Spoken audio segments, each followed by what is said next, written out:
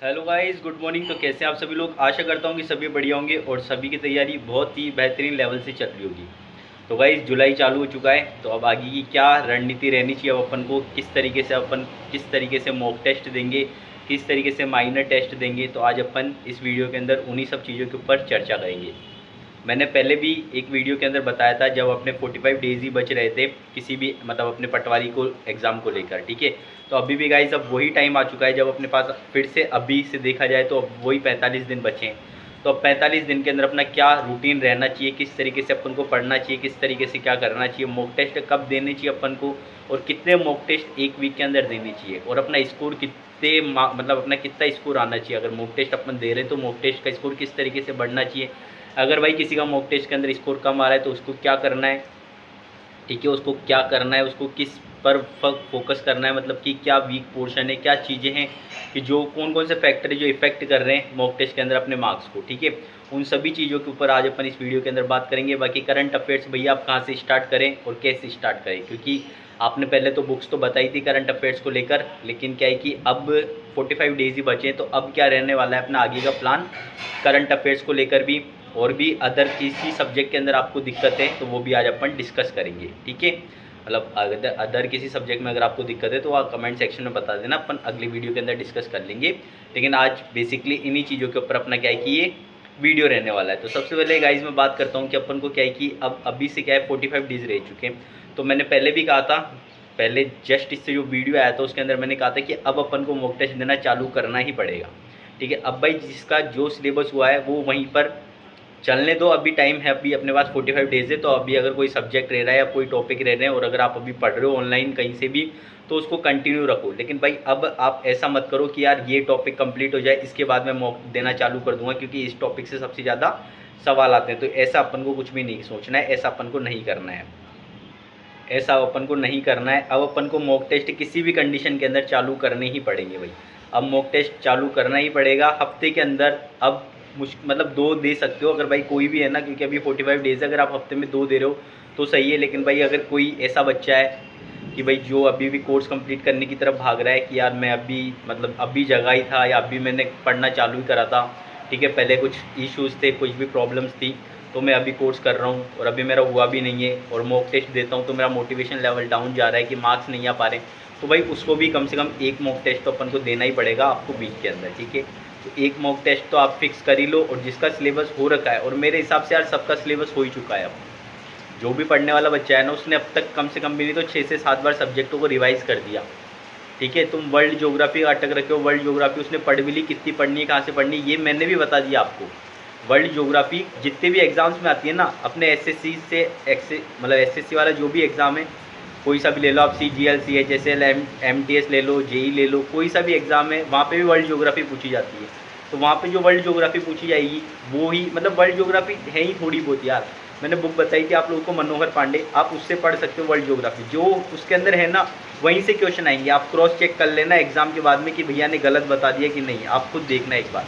फिर पहले के प्रीवियस ईयर के जितने भी में भी आ रखे ना वर्ल्ड ज्योग्राफी, आप उस बुक से मैच करोगे क्वेश्चन, हाँ सेम वही पैटर्न है, मतलब वहीं से क्वेश्चन बन के आते हैं वर्ल्ड ज्योग्राफी, और अदर अपन को कुछ भी नहीं पढ़ना। तो एक मनोहर पांडे की 40 रुपये वाली बुक ले लो, वहाँ से कवर कर लो ये। और वहाँ से क्या है कि अपनी जो इंटरनेशनल और नेशनल करंट अफेयर्स इंपॉर्टेंट, मैं ये नहीं बोल रहा कि सारा करंट अफेयर वहाँ से कवर हो जाएगा, लेकिन जो भी इंपॉर्टेंट है ना जहाँ से क्वेश्चन बन सकता है, तो मतलब 10 में से 6 क्वेश्चन तो वहीं से बनेंगे ना, वो 6 क्वेश्चन वाला कंटेंट भी उस मनोहर पांडे के अंदर मिल जाएगा, नेशनल और इंटरनेशनल, ठीक है।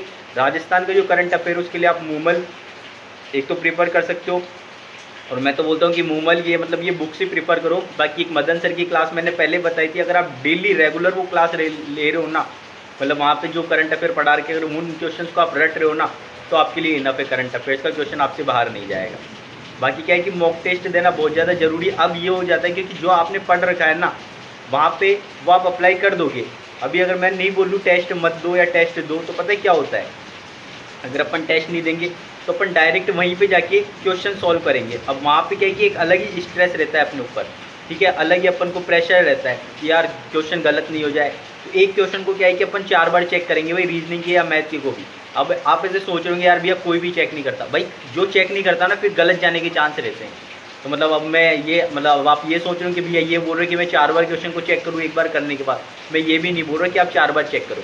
लेकिन क्या है कि जब अगर अपन पहले से ही प्रैक्टिस करके जाते हैं ना किस लेवल से, तो मतलब एग्ज़ाम जिस पैटर्न से आ रहा है, जैसे टाइमर लग के आता है वहाँ पे कि भाई 2 घंटे 3 घंटे के अंदर अपन को पेपर देना है, अगर अपन उसी तरीके से पहले से ही मॉक की प्रैक्टिस कर लेंगे ना, तो क्या क्वेश्चन अपने गलत हुए, क्योंकि जब अपन मॉक को एनालाइज करेंगे तब अपन को सारी चीज़ें समझ में आने लग जाएगी कि यार हाँ ये वाला क्वेश्चन मेरा इसकी वजह से गलत हुआ, ये वाला मैंने पढ़ने की वजह से गलत कर दिया, इन वाले क्वेश्चन के अंदर ये चीज़ें भी देखनी पड़ती है। ये सारी चीज़ें अपन को धीरे धीरे समझ में आने लग जाएगी जब अपन मॉक देंगे। ठीक है, तो भाई मॉक टेस्ट बहुत ज़्यादा ज़रूरी है। अब खूब सारे बच्चे कमेंट करते हैं कि भैया किसकी टेस्ट सीरीज़ लें। भाई किसी की भी ले लो, क्वालिटी एजुकेशन वाले की लोगे तो उनका लेवल थोड़ा अच्छा लगा मुझे तो। बाकी आप टेक्स्ट बुक, तो मैं हमेशा बोलता हूँ टेक्स्ट बुक ले लो यार, 200-300 रुपये का आता है वो, उसका सब्सक्रिप्शन, और उसमें सारे एग्ज़ाम कवर हो जाते हैं आपके। ये नहीं कि पटवारी और वीडियो ही, बाकी जितने भी एग्ज़ाम है ना आपके वो सभी भी वहाँ से कवर हो जाएंगे। तो एक बार टेक्स्ट बुक का सब्सक्रिप्शन तो सभी ले ही लो। ठीक है, वहाँ पे आप रीजनिंग की प्रैक्टिस करो, मैथ की प्रैक्टिस करो, आपके राजस्थान ज्योग्राफी की, इंडिया ज्योग्राफी की, वर्ल्ड ज्योग्राफी की खूब सारे क्वेश्चन से आपको मिल जाएंगे वहाँ से। तो एक तो वो ले लो, और बाकी आप किसी की भी टेस्ट सीरीज़ बोल रहा हूँ, टेक्स्ट बुक पे क्या है कि मॉक टेस्ट मिल जाएंगे पर टेस्ट सीरीज़ नहीं मिलेगी। तो आप टेस्ट सीरीज़ या तो माइंड मैप वालों की या क्वालिटी एजुकेशन वालों की या जिसकी भी आप प्रीफर, उत्कर्ष क्लासेस की जिसकी आप प्रीफर करना चाहते हो उसकी कर लो, क्वालिटी एजुकेशन सही है। ठीक है, बाकी किसी की भी ले सकते हो, कोई बुरी नहीं है। देखो टेस्ट सीरीज़ में क्वेश्चन वही आते हैं, सबका लेवल पैटर्न एक ही रहता है। ठीक है, लेकिन बस ये क्वालिटी एजुकेशन वाले थोड़े नए नए सवाल भी ले आते हैं थोड़े बहुत, इसलिए मैं आपको बता रहा हूँ। बाकी मॉक टेस्ट बहुत ज़्यादा ज़रूरी रोल प्ले करेगा, बहुत इंपॉर्टेंट है मॉक टेस्ट देना अभी से ही। अभी से अगर आप हफ्ते में 2 मॉक टेस्ट दोगे ना, तो भाई कितने हो गए अपने पास में, 7 5 7 8 जा 56 तो नहीं हो रहा, 749, तो भाई 49 दिन है। तो भाई कितने हो जाएंगे अपने पास में, 15-16 मॉक टेस्ट आप लोग दे दोगे, जो कि इनफ है। 15 मॉक टेस्ट देना क्या है कि बहुत रहता है यार। अगर आप किसी भी एक एग्ज़ाम के लिए 15 मॉक टेस्ट पहले से दे रहे हो, अगर आप किसी भी एग्ज़ाम के लिए भाई 15 मॉक टेस्ट दे रहे हो ना पहले से, तो इनफ है भाई, आराम से तसल्ली से। और उस मॉक टेस्ट को एनालाइज करना फिर और भी ज़्यादा इंपॉर्टेंट हो जाता है। लोग क्या करते हैं, मॉक टेस्ट देंगे, स्कोर देखेंगे, ठीक है यार ये आया, और कुछ तो ऐसे होते हैं कि यार अगर पेपर बेकार जा रहा है ना, क्वेश्चन नहीं बन रहे, तो लप्पे मारेंगे इतने खतरनाक तरीके से कि भाई हटाओ इसको, फटाफट जितना जल्दी हो सकता है उतना जल्दी करके उस मॉक टेस्ट को बंद कर देंगे। तो भाई इस तरीके से मॉक टेस्ट नहीं देना। तसल्ली से जो क्वेश्चन नहीं आ रहा उसको छोड़ने की आदत डालो सबसे पहले। तो वहाँ पे 150 क्वेश्चन आएंगे, 150 के 150 नहीं करने अपन को, ये दिमाग के अंदर क्लियर रखो। आपको 20 से 30 सवाल छोड़ कर आने, सही बता रहा हूँ मैं, 20 से 30 सवाल जब आप छोड़ कर आओगे ना, तभी आपके सिलेक्शन के चांसेस है। अब मैं बोल रहा हूँ 20 से 30 सवाल छोड़ने का मतलब है बाकी के आपके जो सवाल हैं उनके अंदर आपकी एक्यूरेसी 90 से अबाव रहनी चाहिए, तब सिलेक्शन के चांसेस रहते हैं। अब आप वहाँ करके आ रहे हो 150 क्वेश्चन, आप घर आके चेक कर रहे हो आपके 75 ही सही है, भाई 75 गलत चले गए, वो आपके नेगेटिव, वो आपको बहुत ज़्यादा पीछे ले जाएंगे। ठीक है, तो इन सारी चीज़ों को ध्यान में रखना पड़ता है। अगर आपके क्वेश्चन नहीं बन रहे भाई छोड़ो, 10 क्वेश्चन लगातार नहीं बन रहे, कोई भी कुछ मत सोचो यार, होगा जो देखा जाएगा, छोड़ो आगे बढ़ो। ये दिमाग को जब तक शांत नहीं रखोगे ना तब तक कुछ नहीं होगा। और दिमाग शांत करने का तरीका क्या है कि सुबह या शाम को 10 मिनट मेडिटेट करने की आदत अभी से डाल लो भाई। अभी से अगर आप ध्यान करने की आदत लगा लोगे तो आपका दिमाग है ना, बिल्कुल शांत और पॉजिटिव एनर्जी किस तरीके से दिखेगी आपको खुद समझ में आने लग जाएगा कि आप किस तरीके से चीज़ों को पॉजिटिव वे के अंदर देखोगे। सिलेक्शन होना नहीं होना एक अलग चीज़ रहती है, लेकिन रियल लाइफ के अंदर जीना एक बहुत बड़ी चीज़ है भाई। ठीक है, रियल लाइफ के अंदर जीना बहुत बड़ी चीज़ है। किसी को समझना, किसी को मतलब बहुत कुछ यार जीवन के अंदर, एक पढ़ाई नहीं है, पढ़ाई के अलावा भी बहुत सारी चीज़ें। लेकिन क्या है कि अपन क्या इतने स्टक हो चुके पढ़ाई को लेकर ही कि ना तो अपने एग्ज़ाम निकल पाते हैं, ना अपन तरीके से पढ़ पाते हैं, ना कुछ कर पाते हैं। तो इन चीज़ों के लिए क्या है कि सबसे पहले तो मेडिटेट करना सही, मतलब स्टार्ट कर दो, क्या सही है क्या गलत है, लाइफ के अंदर क्या करना है, किस तरीके से करना है, किस मोटिवेशन से करना है, क्या अपना मोटिव है इसको लेकर। जब तक ये सारी चीज़ें क्लियर नहीं होती ना, तब तक भाई कितनी मेहनत करते रहो कुछ नहीं होगा। तब तक भाई कितनी मेहनत करते रहो कुछ भी नहीं होगा। तो पहले तो क्या है कि थोड़ी बहुत आदत अभी से डालने लग जाओ, 10 से 15 मिनट मेडिटेट करने की, जिससे आपका दिमाग थोड़ा रिलैक्स रहे और सोचो। और मेडिटेशन में तो आपको कुछ भी सोचना नहीं है, सिर्फ एक ध्यान करना है, किसी भी एक पॉइंट पर कर लो या किसी नाम को लेकर कर लो, किसी को भी लेकर चुपचाप शांत बैठना है। ठीक है, जो ख्याल है उनको सबको इग्नोर करते चलो, बस कुछ नहीं सोचना, पढ़ना नहीं सोचना, लिखना कुछ नहीं सोचना भाई। उस 10 मिनट के अंदर शांत बैठना है, अपनी सांसों को देखो, सांसों को समझो, किस तरीके से आप सांस ले रहे हो उसी को देख लो, अगर कुछ ध्यान नहीं कर पा रहे तो। ठीक है, इस तरीके से 10-10 मिनट निकालो और अभी से मॉक टेस्ट देना चालू कर दो। और भाई मेहनत तो लगेगी यार, और अभी भी इतना टाइम है। देखो मैं तो फिर बोल रहा हूँ 45 दिन के अंदर भी एग्ज़ाम निकाला जा सकता है। आप में से कोई भी ऐसा बच्चा नहीं है भाई जिसको कुछ भी नहीं आता, ये तो मैं पहले क्लियर कर देता हूँ, जिसके दिमाग में ये आ रखा है ना कि यार हाँ पटवारी का फॉर्म मैंने भरा है और मैंने पढ़ भी रखा है थोड़ा बहुत, भाई उसकी तैयारी है। आपको आपके मन के अंदर ये चीज़ आए कि नहीं आए, लेकिन हाँ आप स्टैंड हो, आप मतलब जीरो लेवल पे नहीं हो अभी, आपको कुछ भी आता है, आपके 150 में से 2 सवाल भी सही हो रहे हैं तो भी आपको आ रहा है, मतलब आप जीरो लेवल पे नहीं हो, आप आगे ही हो। लेकिन बस वो चीज़ें क्या है, नेगेटिव की वजह से या फिर आपके माइंड की वजह से आप पीछे रह रहे हो। तो आप क्या है कि ये तो मत सोचो कि अभी आप जीरो पे खड़े हो, आप अभी भी जहाँ पर भी खड़े हो ना वहाँ से आप अभी भी इस एग्ज़ाम को क्रैक कर सकते हो, दोनों को, वीडियो और पटवारी को। लेकिन मैं फिर बोल रहा हूँ कि फोकस सिर्फ एक को करके चलोगे तो। अगर आप अभी बीच में मझदार में खड़े हो और सोचो कि यार दोनों एग्ज़ाम मेरे निकल जाएँ, तो यार ये थोड़ा मुश्किल हो जाता है। ठीक है, तो एक एग्ज़ाम पे फोकस करो और एक एग्ज़ाम को लेकर आप अभी भी अगर सीरियस रहोगे तो आराम से निकल जाएगा। ठीक है, बाकी क्या है कि करंट अफेयर्स के लिए मैंने आपको बता ही दिया, मॉक टेस्ट आपको अभी से देना है, रिवीजन जितने टाइम्स करोगे वो उतना आपके लिए बेनिफिशियल है। तो एक रिवीजन की भी हैबिट अभी से डाल लो, किस तरीके से आपको रिवीजन करना है। बाकी मैं नेक्स्ट वीडियो के अंदर आपको और अच्छे से क्लियर कर दूंगा रिवीजन को लेकर कि भाई रिवीजन अपन को कब किस सब्जेक्ट का करना है। ठीक है, बाकी टेलीग्राम पे क्या है कि अब मैं सोच रहा हूँ कि एक ग्रुप बनाऊँ और उसके अंदर सिर्फ उन्हीं बच्चों को ऐड करूँ जो भाई सीरियस है पटवारी और वीडियो को लेकर। तो जो भी सीरियस है ना वो एक बार मेरे को टेलीग्राम पर यस ओके या फिर वी आर सीरियस लिखना, मैं उन बच्चों का ग्रुप बनाऊंगा जो मैं फॉलो कर रहा हूँ ना 45 दिन के अंदर, कि मैं सुबह उठ के कौन सा सब्जेक्ट पहले प्रीफर कर रहा हूँ, क्या मैं पढ़ रहा हूँ, वो मैं आपके साथ में शेयर करूँगा। अगर आपको भी सही लगे तो आप उसको फॉलो कर सकते हो, नहीं तो भाई आप मेरे को बताना कि भैया इस तरीके से हम फॉलो कर रहे हैं। ठीक है, एक दूसरे को बताएंगे ना कि अपन कहाँ पे गलती कर रहे हैं, तभी आगे बढ़ सकते हैं। क्योंकि खूब सारी चीज़ें रहती है जो अपन को क्या है कि दूसरों से सीखने को मिलती है, क्योंकि अपन सारी चीज़ों को एक्सपीरियंस करके नहीं चल सकते। अगर एक्सपीरियंस करेंगे तो भाई एक्सपीरियंस करने में ना बहुत टाइम लगता है हर चीज़ को, और इतना टाइम अभी है नहीं। किसी ने अगर कोई गलती करी है तो अपन को वो गलती नहीं करनी, अपन को उस चीज़ को स्किप करके आगे बढ़ना है। कोई 100% सिलेबस कंप्लीट करने के पीछे चल रहा है तो अपन को वो 100% सिलेबस कंप्लीट करना ही नहीं है। अपन को तो 80% पे ही फुल स्टॉप लगाना है, भाई हो गया मेरा सिलेबस 100%, बस मेरे को नहीं पढ़नी ये चीज़ें, मेरे को नहीं पढ़ना ये वाला चैप्टर, मेरे को नहीं करना इसके क्वेश्चंस, आएंगे तो छोड़ दूंगा, कोई दिक्कत नहीं है। साफ आराम से अपने मन को बोलो ना, आएंगे तो छोड़ूंगा भाई, 5 सवाल आएंगे 5 के 5 छोड़ूंगा, क्या मतलब है।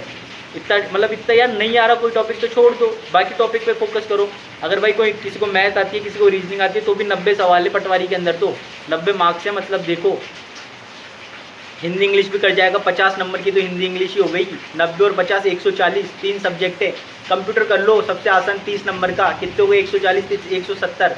कट ऑफ कितनी जानी है, 220 230 240 के अराउंड ही रहेगी, इससे ज़्यादा तो नहीं जाएगी। 300 में से 300 कट ऑफ नहीं जानी, 260 भी नहीं जानी, 270 80 नहीं जाएगी भाई।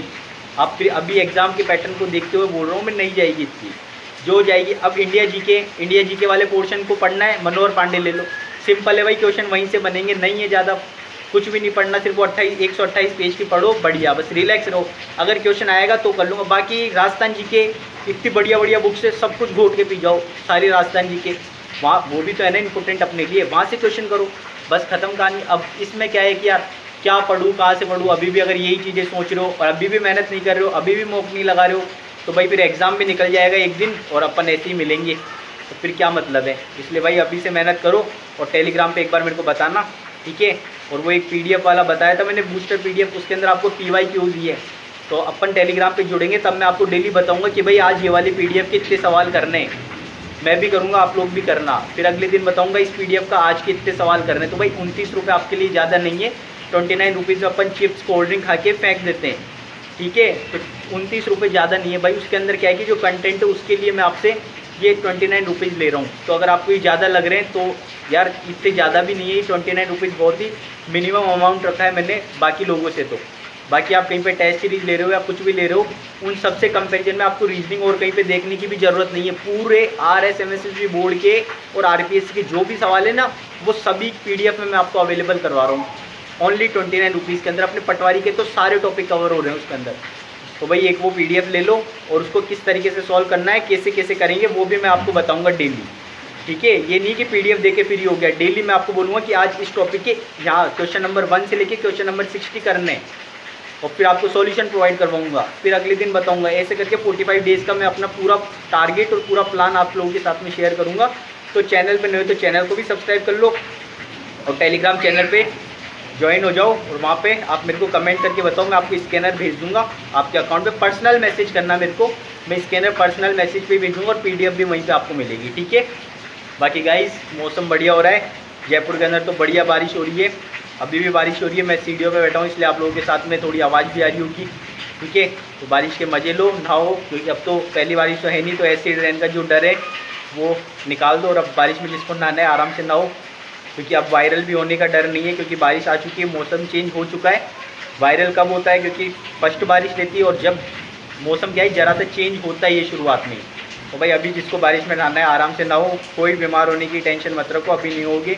और अगर भाई किसी को है तो मत नहाओ, क्योंकि एग्ज़ाम पास में है। बाकी मिलेंगे अपन नेक्स्ट वीडियो के अंदर, तब तक के लिए ओके बाय। और गाइस कमेंट सेक्शन में बता देना वीडियो कैसा लगा और बात मेरी बात से आप लोग एग्री हो या नहीं हो, ठीक है गाइस। थैंक यू, मिलेंगे नेक्स्ट वीडियो के अंदर, तब तक के लिए ओके बाय, टाटा गाइस।